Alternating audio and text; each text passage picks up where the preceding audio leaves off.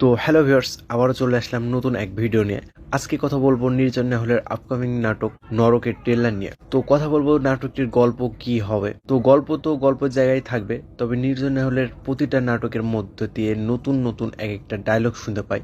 আর এই নরক নাটকের মধ্যে শুনতে পাচ্ছি, সারা জীবন বিষধর সাপ থেকে দূরে থাকলাম, কিন্তু দিন শেষে ছোবল খেলাম দু পায়ে হাঁটা মানুষের। বা ভাই বা, সিরিয়াসলি নির্জন ভাই একটা মাল।